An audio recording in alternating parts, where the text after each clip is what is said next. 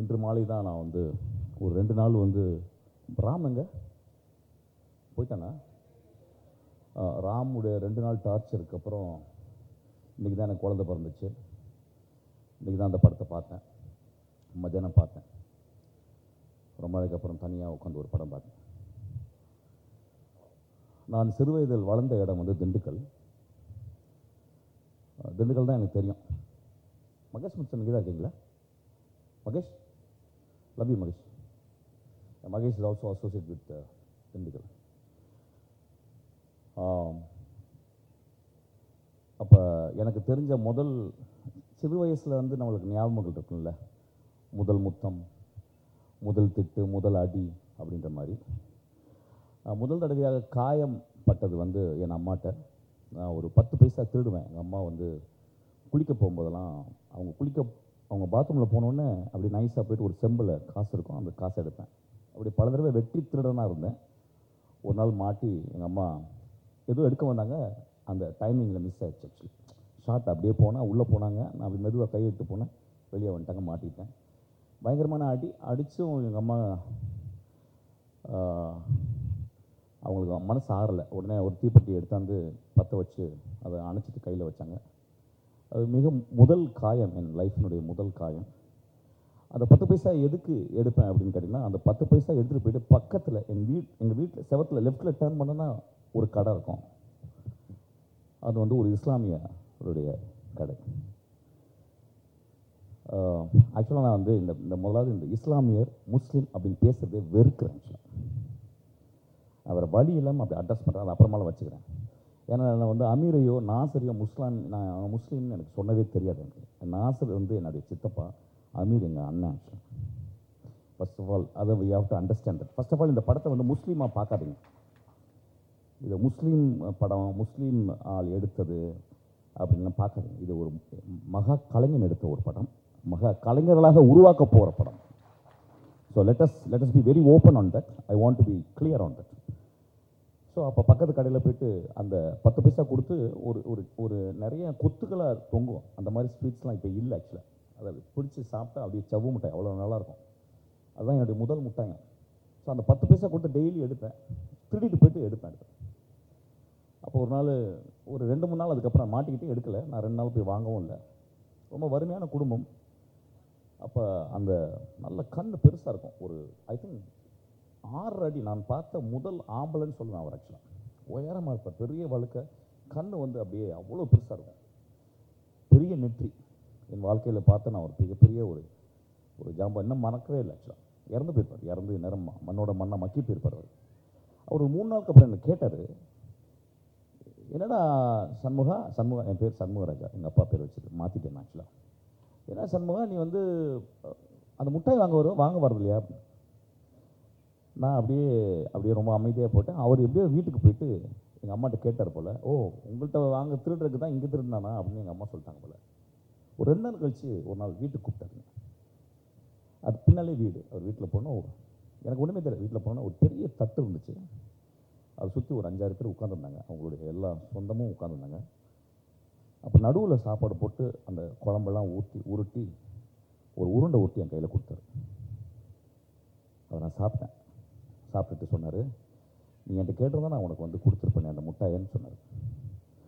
அவர் கொடுத்தது வந்து எனக்கு வந்து அன்னம் மட்டுமல்ல, அறிவும் கொடுத்தாரு, கருணையும் கொடுத்தார். அதான் என்னுடைய வாழ்க்கையில் நான் முதல் சந்தித்த முதல் புத்தர்னு சொல்லுவேன் அவர். ஆக்சுவலாக நண்பர்களே, எனக்கு எப்பவுமே ஒரு கேள்வி இருக்குது, எது நல்ல படம், எது கமர்ஷியல் படம், எது பார்க்க வேண்டிய படம், எது ஓடக்கூடிய படம், எது ஓட வேண்டிய படம்னு இருக்கு. நேற்று வந்து ஒரு 2 நாளுக்கு முன்னாடி ரிலீஸ் ஆன கருப்பு பெரிய ஹிட்டு, ரொம்ப சந்தோஷம். ஏன்னா வந்து அந்த பையன் ஒரு 4-5 வருஷம் ரொம்ப செட்பேக்காக இருந்துச்சு சூர்யாவுக்கு. அதுக்கப்புறம் இந்த படம் ஹிட். நான்லாம் ப்ரே பண்ணேன் அந்த படம் நல்லா வரும். அதுக்கப்புறம் 2-3 நாள் அந்த படம் ரிலீஸ் ஆகல. ஒரு நாள் பாலாஜி வந்து அவன் ரொம்ப கஷ்டப்பட்டு சினிமா அல்லாமல் வேற ஒரு துறையிலேருந்து வந்து அவனுடைய மெட்டில் ஹி ப்ரூவ்ட் ஆக்சுவலி. ஸோ எனக்கெல்லாம் வந்து நான் கிட்டத்தட்ட ஒரு 10 தடவை ஃபோன் பண்ணேன். அந்த டிஸ்ட்ரிபியூஷனில் ஒரு கார்த்திக்னு ஒரு பையன் தான் கூப்பிட்டு, என்னப்பா ஆச்சு, ரிலீஸ் ஆயிடுச்சான்னு கேட்டு அந்த படம் இந்த ஓடுதுன்னு சொன்ன உடனே எனக்கு அவ்வளோ சந்தோஷமாக இருந்துச்சு. அது ஓடக்கூடிய படம், கருப்பு பெரிய ஹிட்டு. அது ஓடக்கூடிய படம், இது ஓட வேண்டிய படம்.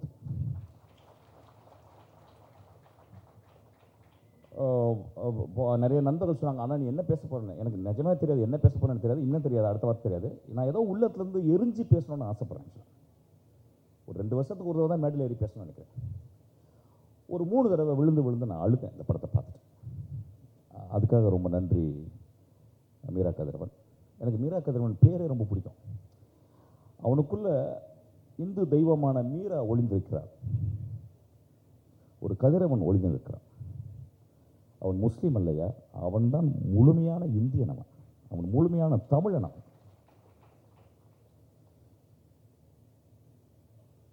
எனக்கு அபிபின்னு பேர் வச்சதில் கூட எனக்கு உடன்பாடு இல்லைன்னு சொல்லுவேன். அது அப்படி தான், அது ஒரு பொயட்ரியாக இருக்குது. அது கேட்கும் போது ரொம்ப பியூட்டிஃபுல்லாக இருக்குது. ஏன்னா அபிபின்னு ஒரு காமிக்ஸ் படித்தேன் கொஞ்ச நாளைக்கு முந்தி, ஒரு ரொம்ப ஃபேமஸான காமிக்ஸ் அது. I don't remember that whole story. அது ரொம்ப பியூட்டிஃபுல்லான ஒரு ஸ்டோரி. எனக்கு தெரியல நிஜமா, ஏன்னா அபிபின்னு எனக்கு உடனே தெரியல. நான் உடனே போயிட்டு தேடி பார்த்து அப்புறம் ரொம்ப நாளைக்கு முன்னால் நான் படித்த ஞாபகம் வந்துச்சு. அதுக்கப்புறம் ரொம்ப அழகான பேர் வந்து என் அன்பே, மை டார்லிங் அப்படின்னு கூப்பிட்றது தான். அது ஆணை கூப்பிடுறது, பெண்ணுக்கு இன்னொரு மாதிரி அந்த வார்த்தை இருக்குது.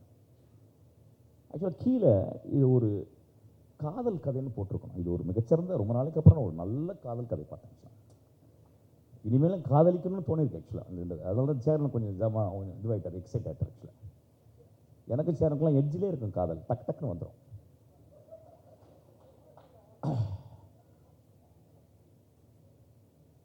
மீரா கதிரவனை வந்து ரொம்ப வருஷமாக பார்த்துக்கிட்டே இருக்கேன். அவன் வந்து கதவை தட்டிக்கிட்டே இருக்கான்.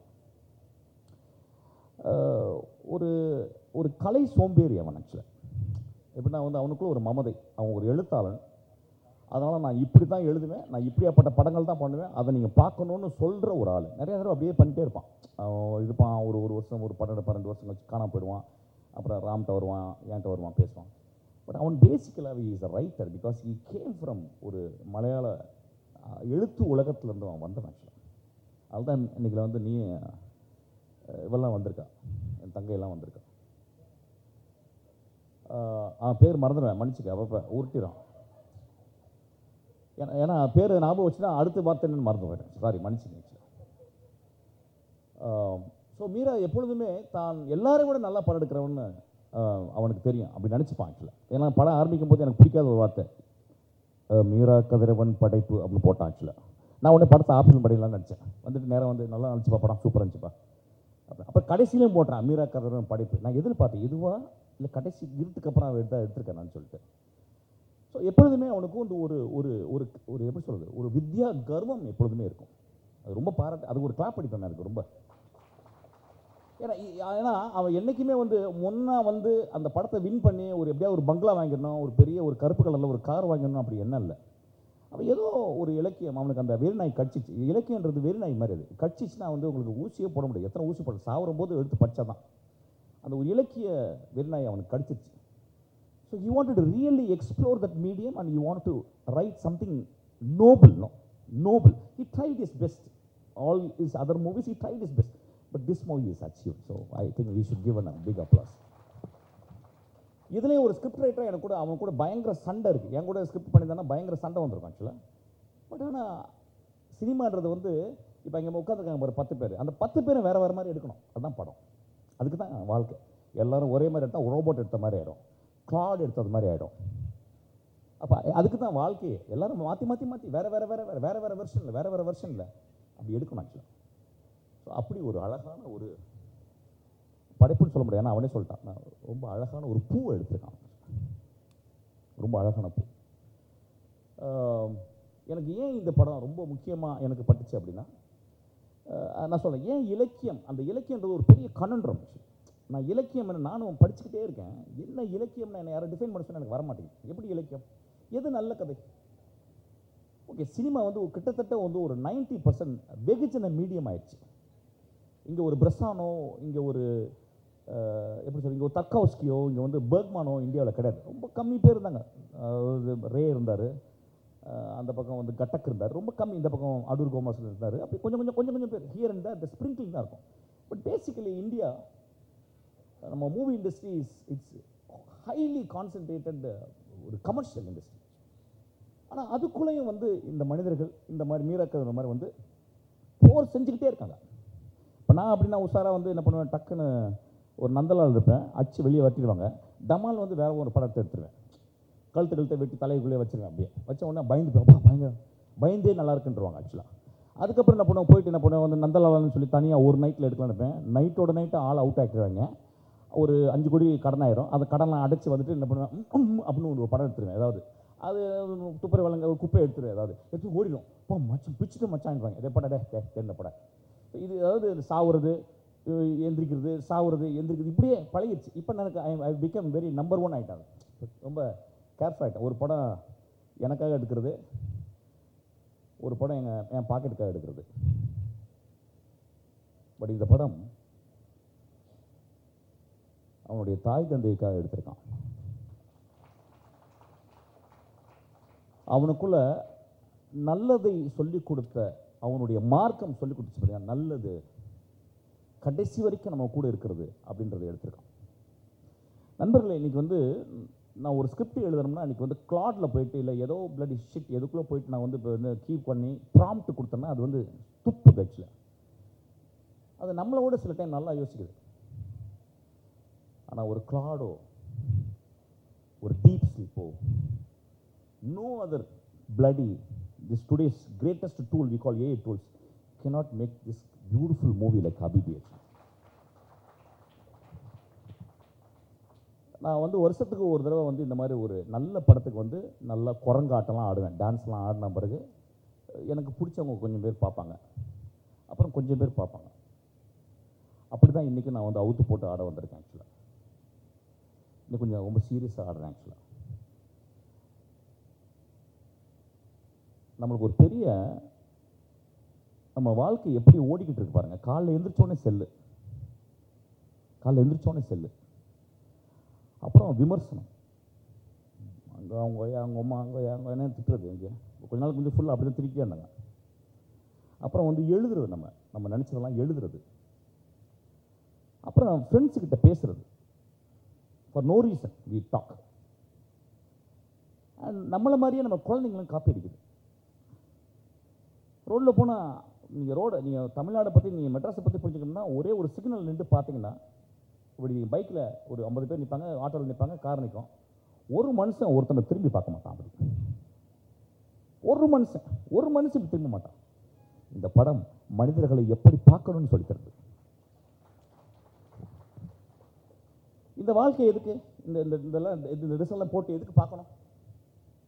இது யாரோ ஒரு ரொம்ப பயங்கரமாக சொன்னவர், இதை பார்த்தாவே ஓடுற படம், இதை பார்த்தா ஓடுற படம் மாதிரியே இல்லை, ஆக்சுவலாக எடுக்கிற படம் மாதிரி தான் இருக்குது. ஆக்சுவலாக நிஜமாக சொல்கிறேன், ரொம்ப sincere. I want to speak very sincerely. But இவங்களை ஊத்து பாருங்களேன். நான் ரொம்ப நேரம் அங்கேயே திரும்பிக்கிட்டே இருந்தேன், ஏன்னா என்ன பேச போகிறேன்னு தெரியல. ஆனால் அவங்கள பார்த்துருந்தேன், அவங்க என்னை ரொம்ப இன்ஸ்பைர் பண்ணாங்க. அவங்களும் எங்கள் அப்பா இருந்தார், எங்கள் அம்மா இருந்தார், என் தங்கச்சி இருந்தான், எங்கள் அண்ணன் இருந்தான், எங்கள் பெரியப்பா பையன் இருந்தான், நிறைய பெண்கள் இருந்தாங்க. நான் அப்படி தான் பார்க்குறேன். மனிதர்களை எப்படி பார்க்க வேணும்னு சொல்கிறது தான் இலக்கியம்னு நினைக்கிறேன். மனிதர்களை எப்படி நேசிக்க வேண்டும் சொல்கிறது தான் மகா படைப்பு அப்படின்னு நினைக்கிறேன். அப்படியாப்பட்ட ஒரு அழகான ஒரு சிறப்பு படம் தான். நான் எப்படி பார்க்கணும், எப்படி பேசணும், அவங்கள்ட்ட எப்படி நான் சிரிக்கணும். நான் உங்களுக்கு ஹெல்ப் பண்ண முடியாது, அட்லீஸ்ட் இப்படி சிரிக்கலாம். எனக்கு நல்ல ஞாபகம் இருக்க ஒரு தடவை நான் வந்து முத காசு வந்த பிறகு நான் வந்து வேங்கோவுடைய ஓவியத்தை பார்க்க போயிருந்தேன், பாரிஸ்லேருந்து ஆம்ஸ்டர்டாமுக்கு.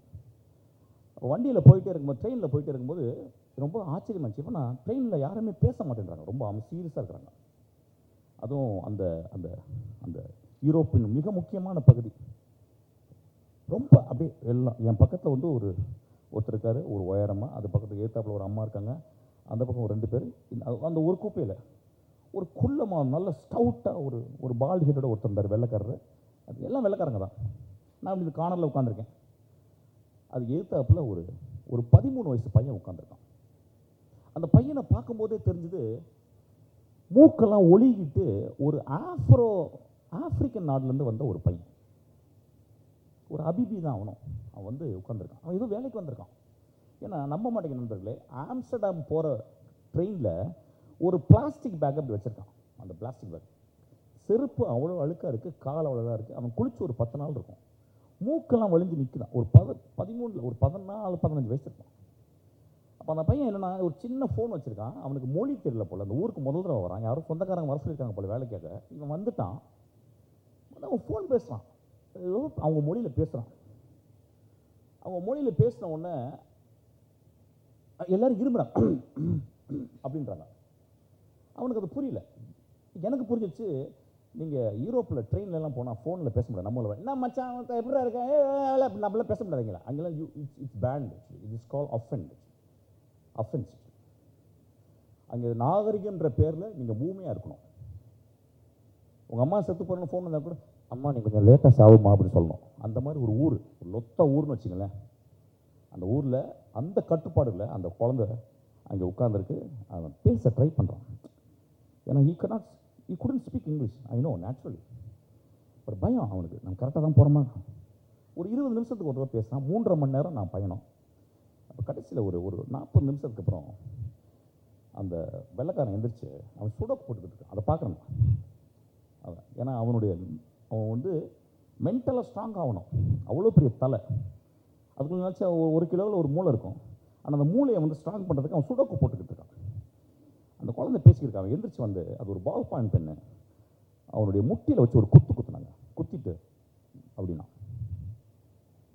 என் லைஃப்பில் மறக்க முடியாத ஒரு கொடுமையை பார்த்தேன். எல்லாரும் அப்படியே அமைதியாக இருக்கிறாங்க. என்னால் ஒன்றுமே பண்ண முடியல.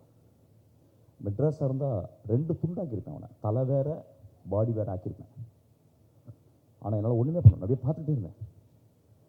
நான் என்ன பண்ண தெரியும், எனக்கு என்னுடைய இளமையை நினச்சி எனக்கு கோவம், அந்த குழந்தையை நினச்சி எனக்கு ரொம்ப கவலை, அந்த பொறுக்கி நாயை நினச்சி எனக்கு ரொம்ப என்ன அவ்வளோ என்னால் ஒரு 3 விதமான எமோஷன் ஓடுது. நான் அப்படியே அமைதியாக இருக்கிறேன்.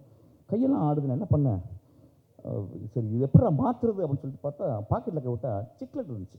அந்த சிக்லெட் எடுத்து கை உதற 3 சிக்லெட்டு வாயில் போட உடனே நிப்பாட்டிட்டு அந்த பையன் பார்த்தேன். அந்த பையன் பயந்து போய் நிற்குது, தலை குனிஞ்சு.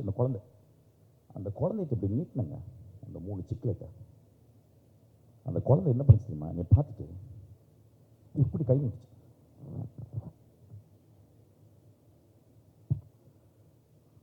நான் அதை கொடுத்துட்டு ஓன்னு உட்காந்து அழுதேன்.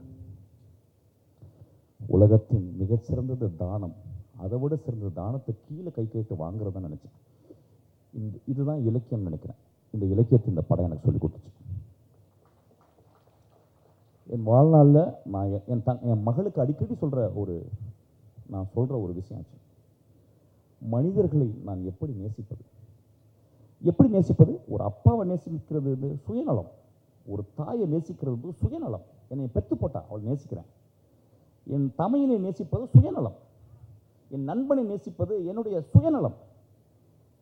எனக்கு யாருன்னே தெரியாத நேசிக்கிறது தான் கருணை. அந்த கருணை அந்த படம் சொல்லி தருது. இந்த படத்தை ஏன் பார்க்கணும்? இந்த படத்தை ஏன் பார்க்கணும்?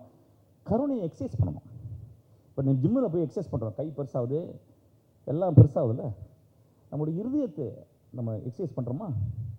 இருதயத்தை எக்ஸசைஸ் பண்ணுறது தான் நல்ல படம். ஆக்சுவலாக 2.5 மணி நேரம் தியேட்டருக்கு எதுக்கு போகிறீங்க தெரியுமா? இருதயத்தை எக்ஸ்பிரஸ் பண்ணுறீங்க. ஏன்னா ஒரு குரங்கோ முதலையோ எருமையோ பன்னியோ தியேட்டருக்கு போகாது, மனுஷன் மட்டும்தான் போவான். ஏன் தெரியுமா? இருதயத்தை எக்ஸசைஸ் பண்ணுறதுக்கு. நான் எப்படி வாழ வேண்டும், நான் எப்படி என் மனிதர்கள் என் குழந்தைக்கு நான் என்ன சொல்லி தருவேன்? ஒரு 100 கோடி ரூபாய் பேங்க்கில் போட்டலாமா? நல்ல மாப்பிள்ளை வாங்கி கொடுத்துடலாமா? நல்ல மாப்பிள்ளைய விலை கொடுத்து வாங்கிடலாமா? நான் என்ன செய்ய போகிறேன் இந்த சமுதாயத்திற்கு? என் அசிஸ்டன்ட் டைரக்டருக்கு நான் என்ன கதை சொல்ல போகிறேன்? நான் டெய்லி பேசுகிறேன், என்னடா கதை சொல்ல போகிறேன், என்ன கதை நீங்கள் நான் பேசுகிறேன் மேலே கதை முடியும். என் அசிஸ்டன்ட் சார் எப்படி சார் இருந்துச்சு படம்? அவங்க நினச்சாங்க ஒருத்தர் செம்ம போராக இருக்க போதுன்னு நினச்சி சொல்கிறேன். நான் சொன்னேன், டேய் ரொம்ப நேர்மையான படம்டா, அவன் ரொம்ப நேர்மையான டைரக்டராக ப்ரூவ் பண்ணியிருக்கான்டான்னு சொன்னேன். இந்த படத்தை பாருங்கடா, நீங்கள் ஹிட்டு படம் கொடுத்துடலாம்டா, ஆனால் எந்த படம் வாழ்க்கைக்கு தேவையான படத்தை நீங்கள் கொடுங்கடா. ஒரு படம் கொடுங்கடா போதும். மீரா கதிரவன் இந்த படத்துக்கு அப்புறம் செத்து போயிடலாம். செத்து போடா மீரா கதிரவன். ஏன்னா இதுக்கு தான் அவன் ட்ரை பண்ணுறான். நான் என்ன கேட்குறேன், ஒரு படைப்பாளி எப்படி இறப்பான்? செத்து போகிறவங்களாம் மனுஷன், படைப்பாளி இறக்கவே மாட்டான். படைப்பாளி எப்படி இறப்பான்? மகேந்திரன் இறந்துருவானா? திருலோகச்சந்தர் இறந்துருவானா? சத்யஜித் இறந்துருவானா? குரசவா இறந்துட்டானா? குப்ரிக்கு இறந்துட்டானா? படைப்பாளி இறக்கல, மனுஷனா இறப்பான். இந்த படத்தில் வந்து ஒருத்தர் இந்த இந்த இந்த பேட்டிக்கு நல்ல நல்ல ஒரு டைட்டில் கொடுக்கலாம். இந்த படத்தில் ஒருத்தர் நடிச்சுக்காரு, நடுவில் ஒரு தந்தையா. படம் ஆரம்பித்து முதல் ஷாட்டு எங்கேயோ அந்த ஆளை பார்த்துருக்கேன். சரி ரைட் ஓகே படத்தை பார்ப்போம் அப்படின்னு சீரியஸாக உட்காந்து அப்புறம் மறந்துட்டேன். ஏன்னா அந்த விரல்கள், அந்த கால், அந்த விரல்களுக்கும் அந்த கால்களுக்கும் என் ஆதி தாத்தனை கண்டுபிடித்தேன். அந்த புரோட்டோ டைப்னு சொல்லலாம், ஒரு டிரெவிடியன் புரோட்டோ டைப்பில் அதை பார்த்தேன் அந்த விரல்களுக்கு நடுவில். அதை தான் அந்த அந்த மீராக்கதிரவன் போய் தேடி இருக்கான்னு நினைக்கிறேன். அந்த சட்டத்தை அடிக்கும்போது அந்த கையை அவன் பார்த்துருக்கான். அந்த அப்படியேப்பட்ட ஒரு ஆள் தேர்ந்தெடுத்துருக்கான். கொஞ்ச நாள் கழிச்சு திடீர்னு ஒரு பார்த்தா எங்கேயோ பார்த்துருக்கேன் மேடம் அப்படின்னு பார்த்தா அது வந்து கஸ்தூராஜ் சார். சார் தனுஷோட 100 மடங்கு நல்லா நடிச்சிருக்கீங்க சார். இந்த மாதிரி டைட்டில் வாங்கிடுச்சு பாருங்க. போதுமா? ரொம்ப பிடிக்கும் சார். உங்கள் பையனை ரொம்ப பிடிக்கும் சார் எனக்கு. ரொம்ப எக்ஸ்ட்ரா இந்தியாவின் மிகச்சிறந்த ஆக்டர், பெரிய ஆக்டர் ஆகிடும். அதெல்லாம் தாண்டிட்டீங்க சார். நீங்கள் வேலை வச்சு செஞ்சுட்டீங்க. நான் முத்தம் கொடுத்தவங்களுக்கு வந்தவொன்னு எங்களுக்கு வாட் அ கிரேட் பெர்ஃபார்மன்ஸ். நான் யோசிக்கிறேன், ஏன் இந்த கலைப்படிப்பில் ஏன் இந்த மனுஷன் ரொம்ப மோசமான படம் தான் எடுத்திருக்காரு. அவர் பயங்கரமான படம்லாம் எடுக்கல. அவர் படம்லாம் எனக்கு பிடிக்காது. ஆக்சுவலி நல்லா இருக்க மாதிரி இருக்கும். இளையராஜாவை கூட்டியாந்துருவார் பயங்கரமாக. இளையராஜா உயின்னு ஏதோ போடுவார், அது காதல் ஜாதியெல்லாம் எடுத்துருக்காரு. Sorry sir. ஆனால் இன்னைக்கு அவன் வாழ்ந்ததுக்கான அங்கீகாரத்தை பெற்று விட்டான் இந்த மனுஷன். கிளாப் பண்ணிங்க அந்த அளவுக்கு.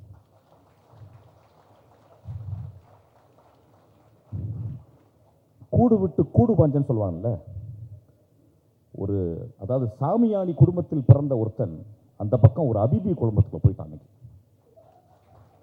கூடு விட்டு கூடு பாஞ்சிட்டான். ஏன்னா நான் பார்த்தேன், நான் வந்து என்ன பண்ணேன், லாஸ்ட்டுக்கு அந்த என்கடிஸ் போகும்போது நான் நிப்பாட்டி எடுத்தேன், ஷார்ட் எடுத்தேன். அது இருக்குது, I don't want to talk about. அதில் பார்த்து எல்லாமே இந்து பேர், அது கித்து. ஆனால் இந்த பக்கம் எல்லாம் முஸ்லீம் படம். யார் யா முஸ்லீம், யார் யா இந்து? நான் மனுஷையா, அவன் மனுஷையா, அங்கே இருக்கலாம் மனுஷங்க. ஏன்னா தலையில் ஒரு குல்லா போட்டு இப்படி ஒரு பெல்ட் போட்டால் நம்ம இந்து, நம்ம இதுவா? மனுஷங்க இல்லையா? மனுஷங்க இல்லையா? நம்மளாம் கொஞ்சம் ஒரு 15 நிமிஷம் பாத்ரூம் போகும்போது யோசிச்சு பார்ப்போம். ஏன்னா நிறைய டைம் நம்ம யோசிக்கிறதே கிடையாது. ஏன்னா பாத்ரூம் போகும்போது யோசிச்சா தான் வயிற்று இருக்கிறது போனால் பிறகு தான் பாரதி தான் பிறகு தான் மூளை நல்லாவுது. நான் பல விஷயமான நல்ல நல்ல ரைட்டர்ஸ் பிளாக்கெல்லாம் எனக்கு அந்த டைமில் தான் வரும். ஆக்சுவலாக பாத்ரூம் போகும்போது யோசிச்சு பாருங்கள், நம்ம மனுஷங்க இல்லையா?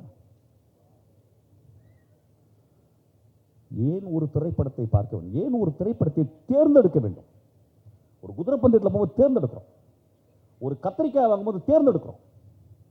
இப்படி தேர்ந்தெடுத்து பார்க்க வேண்டிய படம் ஐயா அந்த படம். ஆக்சுவலாக எப்பயுமே நான் கொஞ்சம் நேரம் ரொம்ப எமோஷனல் பேசினா பாதிரியார் மாதிரி பேச ஆரம்பிச்சிடுவேன். ஆக்சுவலாக ஒரு பெந்தகோஸ் பாதிரியார் மாதிரி பேச ஆரம்பிச்சிடுவேன். அப்போ பேசினா தான் எனக்கு தெரியும் நீங்கள் நல்லா பேசணும்னு அர்த்தம். ஆக்சுவலாக உண்மையாக பேசணும்னு அர்த்தம். அப்படி அடிப்பாங்க. ஆக்சுவலாக என் பொண்டாட்டி அப்படி தான் பேசுவா. ஆக்சுவலாக என் பொண்டாட்டி பெந்தகோஸ். ஆக்சுவலாக ஒட்டுட்டு வந்துட்டேன். ஆக்சுவலாக ஒட்டு சினிமா கல்யாணம் பண்ணிட்டேன். நண்பர்களே, ரொம்ப உன்னதமான படம். அதில் வந்து ஒரு மருமகளாக ஒருத்தி வீட்டுக்குள்ளே வர்றான். அவன் முகம் இத்தினூண்டுதுங்க, இவ்வளோண்டு. அந்த முகத்துக்குள்ள ஒரு 2000 ஏக்கரில் நடிச்சிருக்காங்க. அவன் 2000 ஏக்கரில் இப்படின்றா அப்படின்றா இப்படின்றா இப்படின்றா. இப்போ வந்து என்கிட்ட பேசி எந்த ஊர்மாண்ணே? கேரளா நினச்சி போய் தொலை அந்த பக்கம்னு. எல்லாம் கேரளாக்காரியை தான் இப்படி நடிக்கிறாளுங்க. மீராக்கதிரவன் என்ன பண்ணுனா, என்ன இன்ஸ்ட்ரக்ஷன் கொடுத்தான்னு நான் ரொம்ப ஆவலோடு இருக்கேன். அந்த ஒரு இடத்துல கணவன் ஃபாரின்லேருந்து வந்திருக்கான், எல்லாருக்கும் பொருள் கொடுக்குறான், எல்லாருக்கும் வாங்கியாந்துருக்கான், எனக்கு வாங்கிடலன்னு ஒரு கோவம். அவன் உள்ளே போயிட்டு அவன் ஏதோ சொல்கிறான். அந்த ஒரு 2 நிமிஷம் ஒரு ஃபுட்டேஜ், வாட் அ பொயட்ரி. ரொம்ப எக்ஸ்ட்ரானரியாக ஃபில்ம் மேக்கிங் பண்ணல.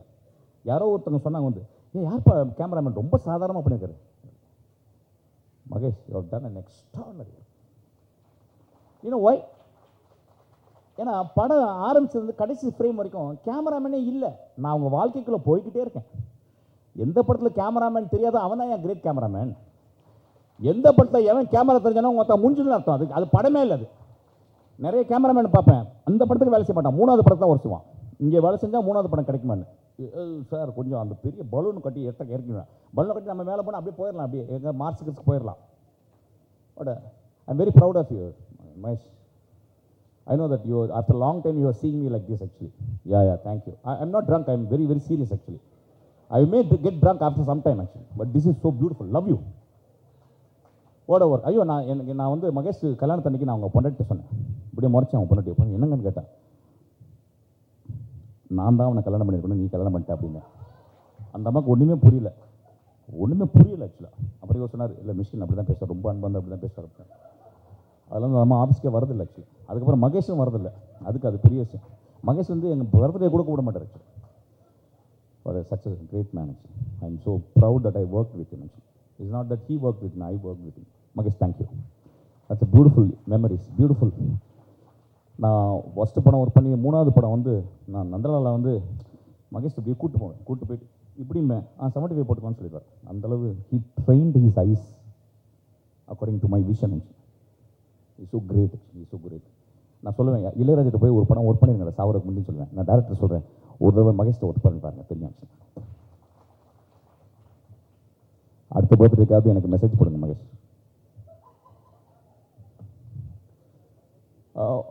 I'm not talking coherently, but I don't want to talk coherently. I don't want to, because cinema is not coherent language. You take one shot, unrelated shot, and take another unrelated shot, you attach it, and you will have the third meaning. That is called cinema. That is what people who invented cinema, they invented a thing called montage. அப்படி தான் பார்க்குறேன். So I'm not going to talk coherently. இந்த படத்தில் வந்து எப்படி காதலிக்கணும்னு இந்த படம் சொல்லித்தரது. காதல் இப்போ என்ன ஆச்சு, இப்போ நம்மளுக்கு எல்லா எக்யூப்மெண்ட்ஸும் கிடச்சிருச்சு. ஒரு பொண்ணுகிட்ட நம்ம வந்து காதல் ஒரு பெண்ணிட்டு அடையிறது வந்து ஒரு நாளைக்கு ஒரு பையன், ஒரு ஆவரேஜாக ஒரு 18 வயசு பையன் ஒரு நாளைக்கு 22 தடவை காதல் வருது அவனுக்கு ஆக்சுவலாக. அப்புறம் 43 பேர்கிட்ட மெசேஜ் அனுப்புகிறான். அது சில டைம் அவங்க அம்மாக்கே போயிருது ஆக்சுவலாக, அவங்களும் மெசேஜ் அனுப்புகிறாங்க. அந்த மாதிரி ஆச்சு. ஒரு 20 வருஷத்துக்கு முந்தைய ஒரு காதல்ன்றது வந்து ஒரு தவிப்பு, ஆண் பிரசவமாகிற நிலைமை காதல். அந்த காலத்தில் ஒரு ஆணுக்கு பிரசவம் வழி இருக்கும், அந்த மாதிரி காதல். அந்த படத்தில் ஒரு வழி அந்த படத்தில் நான் பார்த்துட்டேன் ரொம்ப நாளைக்கு அப்புறம். ஏன் நம்ம இந்த படம் வந்து ஒரு 50 ஆண்டுகளை காட்டுது, ஏன் நம்ம திரும்பி பேக்கில் போனோம்னா, திரும்பி செத்துப்போன அத்தையையும், செத்துப்போன பெரியம்மாக்கள், செத்துப்போன பாட்டிகளை நம்ம பார்க்குது. அவங்க இனிமேல் வரமாட்டாங்க, போனவங்க தான். அவங்க பாஸ்ட்டில் போயிட்டாங்க. Past ரெசீடட். we are going into bloody light speed into the future, a meaningless future. And what makes present? Only the art makes present. So நீங்கள் தியேட்டருக்குள்ளே போனால் எல்லாத்தையும் அவுத்து போட்டு அப்படியே போய் பார்க்கணும். அப்படியே செல்லெல்லாம் ஆஃப் பண்ணிச்சு, இப்படியே ஒரு சின்ன சேர் கொடுப்பாங்க, அப்படி உட்காந்து 2 மணி நேரம் அப்படியே அண்ணாந்து பார்க்கணும். ஒரு எக்ஸ்ட்ராடனரி விஷனரி அவன் வந்து ஒரு கோஹரண்ட்டாக ஒரு கதை சொல்லுவான். அந்த கதையை நீங்கள் பார்ப்பீங்க. அந்த கதை பார்க்கும்போது உங்கள் செத்துப்போன பெரியம்மா, செத்துப்போன பெரியப்பா, செத்துப்போன தாத்தாக்கள், பாட்டிகள், அத்தைகள் எல்லாமே வருவாங்க. இதில் எல்லாருமே வந்திருக்காங்க, எல்லாத்தையுமே ஃப்ரோசன் பண்ணியிருக்காங்க. நண்பர்களே, ஒரு கமெண்ட் வரும், இல்லையே ஒரு ஃபைட்டு கூட கிடையாது அதில், இல்லை ஒரு குத்துப்பாட்டு, மிஷ்கின் படத்தில் வர மாதிரி ஒரு குத்துப்பாட்டு இல்லையே அப்படின்னு நீங்கள் கேட்டிங்கன்னா பாவம். அதாவது இன்றைக்கி வந்து புத்தகம் படிக்கிறது வந்து எல்லாமே போயிடுச்சு, விர்ச்சுவலாக ஜீரோ ஆயிடுச்சு. நான் ஒரு புத்தக கடை வைக்கலாம்னு நினச்சிருக்கேன். ஏன்னா புத்தகம் படிக்கும்போது எனக்கு என்னுடைய சிந்தனையை நிறுத்துது. இந்த உலகம் என்னை கட்டுப்படுத்த முடியலை. நான் என் வாழ்க்கையை கட்டுப்படுத்துறேன், நான் என் சிந்தனையை கட்டுப்படுத்துறேன். ஒரு நல்ல கடைப்படைப்பு உங்கள் சிந்தனையை கட்டுப்படுத்தும். அதுக்காக இந்த படத்தை வந்து பாருங்கள். ஒரு 2 hours. நான் ரீசெண்டாக சொன்னேன், ஒரு 450 rupees புக்கு வாங்குறதுக்கு 3 காஃபி 3 காஃபி உடைய அளவு தான் வந்து அப்படி. 3 காஃபி வந்து 3 காஃபி மொத்தமாக வந்து ஒரு 2 மணி நேரம் தான் உங்களுக்கு ஹையை கொடுக்கும். ஆனால் ஒரு 450 பக்கம் 450 ரூபா கொடுத்து வாங்கின பக்கம் உங்களுக்கு 70 வருஷம் சாவுற வரைக்கும் பின்னாடி வரும். இந்த படம் சாவுற வரைக்கும் பின்னாடி வரும். ரொம்ப பியூட்டிஃபுல்லான படம். ஒரு ஒரு கலைஞனாக, ஒரு டைரக்டராக இந்த படத்துலேருந்து நிறையா நான் கற்றுக்கிட்டேன். இந்த படத்துலேருந்து நிறைய எனக்கு கோவமும் இருக்குது. அதை நான் அப்புறமால தனியாக பேசிப்பேன், தண்ணி கிண்ணியும் போட்டு பேசிப்பேன். ஆக்சுவலாக அவன் நல்ல மூடில் இருக்கும்போது என்றைக்குமே immaculate cinema we can't take. என்றைக்குமே வந்து movie without flaw it is a waste. poetry is always abandoned, it is not completed. அந்த மாதிரி ஒரு அபேண்டன்டான ஒரு poetry தான் ஆக்சுவலாக. இந்த படத்தை பாருங்க, நான் கெஞ்சலாம் மாட்டேன். யாரா இருக்கலாம் நல்ல அருள் இருக்கோ அவங்க இந்த படத்தை பாருங்க. நாகூர் ஹனீஃபா பற்றி இந்த படத்தில் மென்ஷன் பண்ணுறாங்க. இந்த படத்தை அவர் தான் டெடிகேட் பண்ண நினைக்கிறேன். ஐ திங்க் அது போட்டிருக்கானு தெரியல. நாகூர் ஹனீஃபா டெடிகேட் பண்ணியிருக்கலாம். நான் நாகூர் ஹனீஃபாவை நான் வந்து அவர் பாடி நான் கேட்டிருக்கேன் திண்டுக்கல்ல. ரொம்ப பியூட்டிஃபுல்லான நான் கேட்ட ஒரு எக்ஸ்ட்ராடனரி வாய்ஸ் அவர் கடைசி காலகட்டம் வந்தும் கலைஞரோட இருந்து அவர் இறந்து போனார். அவர் அந்த படத்தில் அவருடைய வாய்ஸை சிமுலேட் பண்ணியிருக்கேன். மியூசிக் டைரக்டர் ரொம்ப ஒரு கிறிஸ்து மாதிரி மியூசிக் பண்ணியிருக்கீங்க இந்த படத்துக்கு. கஷ்டப்பட்டு எனக்கு தெரியும் இந்த படத்துக்கு வந்து எவ்வளோ மியூசிக் போடுறது எவ்வளோ கஷ்டம் தெரியும். முட்டாண்டா ஆட்டா மூட்டா கிட்டாலாம் ஈஸியாக போட்டுடலாம். ஆனால் இது அப்படியே கிடையாது. அப்படியே வாழெல்லாம் அறுக்கிற படம் ஆக்சுவலாக. நீங்கள் ரொம்ப மேன்மையாக போட்டிருக்கீங்க. அதாவது இந்த படத்தை நீங்கள் அவ்வளோ சஃபர் பண்ணியிருக்கீங்கன்னு எனக்கு தெரியுது. I am so happy for the sufferance. அது பர்டிகுலராக என் கிரெடிட்ஸில் வந்து ரொம்ப பியூட்டிஃபுல்லாக இருந்துச்சு. I am so thankful to you. நீங்கள் வந்து இந்த படத்தில் ஒரு நல்ல கிறிஸ்துவாகவே இருந்திருக்கீங்க. எனக்கு சிவனும் வேண்டும், கிறிஸ்துவும் வேண்டும், அல்லாவும் வேண்டும், விஜயம் வேண்டும். இந்த படம் ரொம்ப மேன்மையான படம். இந்த கடைசி கிளைமேக்ஸில் அந்த காதலில் அந்த பையன் வந்து நிறைய பேர் தமிழ் சினிமாவில் காதலை தொட்டிருக்கோம். அதில் ஒரு விரசம் வந்துக்கிட்டே இருக்கும். அதில் ஒரு ஆசை இருக்கும். ஒரு ஆசை, ஒரு விரசம், ஒரு தான், ஒரு சுயம், எனக்கு நீ எப்படி இருந்தாலும் எனக்கு தாண்டி அப்படின்றதெல்லாம் இருக்குமா? இதில் முழுக்க இந்த காதலில், இந்த படத்தினுடைய காதலில் சாக்ரிஃபைஸ் மட்டுமே இருக்கு. பரவாயில்ல வச்சுக்கேன், நான் உன்னை நேசிக்கிறேன். ஒரு காதல் பிரிஞ்சிருது. அந்த காதல் பிரிஞ்ச பிறகு அவன் வந்து அந்த காதலிக்கு தப்பு வரக்கூடாதுங்கிறதுக்காக அவன் ஒரு பியூட்டிஃபுல்லான ஒரு அருமையான சீனை வச்சான். அந்த சீனை நான் விழுந்து அழுதேன். ஆக்சுவலாக கொஞ்சம் ட்ரமாட்டிக்காக தான் எடுத்திருந்தேன், கொஞ்சம் சட்டிலாக எடுத்துருக்கலாம் இன்னும் கூட. ஆனாலும் பரவாயில்ல, நான் அழுதேன். ஏன்னா சினிமாவே எக்ஸசைஸ் பண்ணுறதானே, என்னுடைய இருதயத்தையும் டியர் டக்ஸையும் எக்ஸசைஸ் பண்ணுறதுக்கு தான் நான் சினிமாவே பார்க்குறேன். அந்த சீனில் ரொம்ப அழுதேன். அது வந்து ரொம்ப மேன்மையாக இருந்துச்சு. இந்த வயசு குழந்தைங்களுக்கு ஒரு தகப்பனா நம்ம 18 வயசு பையங்களை கூட்டி என்ன படம் பார்க்கணும் நம்ம காட்டணும். எல்லா படமும் பார்க்கட்டும். சரி இங்கே வாடா இந்த படத்தை பாடுறான் அப்படின்னு மடியில் உட்கார வச்சு அவனுக்கு காட்டணும். மடியில் உட்கார வச்சு காட்ட வேண்டிய படம் இந்த படம் ஐயா.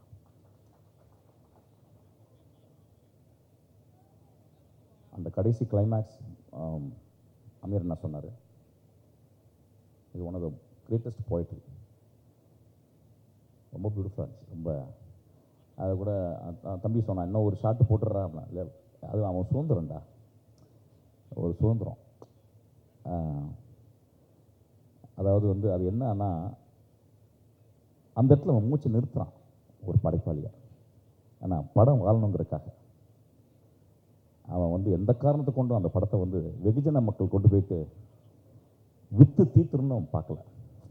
அவன் ஒரு நல்ல படைப்பாளி, அதுவும் ஒரு இலக்கியம் படித்த படைப்பாளின்றது வந்து அந்த கடைசி ஷாட்டில் தான் தெரிஞ்சது. அது இருக்கட்டும், அது வெளியே வந்து பேசட்டும் மனிதர்கள். ஏன் அது எப்படி அது ரொம்ப பியூட்டிஃபுல்லான ஒரு ஒரு ஒரு ஜென் கோன் மாதிரி தான் இருந்துச்சு அந்த கடைசி கிளைமேக்ஸ். நண்பர்களே, இன்றைய நாள் இன்னைக்கு நான் ஏன் வாழ்ந்தேன் அப்படின்றதுக்கு வந்து அர்த்தம் கிடச்சி. நான் ஹபீபி பார்த்தேன். எல்லா நாட்களும் சும்மாகவே போகுது, சும்மா போகுது, அப்படியே போகிறது. மச்சான் என்ன மச்சான் அப்படி போகுது, அப்படி போகுது, ஒரு கான்ஷியஸே இல்லாமல் போகுது. But today I am so consciously watched. I meditated for 2 hours 12 minutes, deep meditation.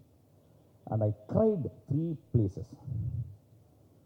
இந்த படத்தினுடைய ஒரு டயலாக்கை சொல்லிட்டு இந்த பேச நான் முடிக்கிறேன். இந்த படத்தில் ஒரு டயலாக் போகிற வாக்கில் எக்ஸ்ட்ரீம் லாங் ஷாட்டில் இருக்குது, அல்லாஹ் லேசாக்கிடுவார் அப்படின்னு சொல்லிட்டு.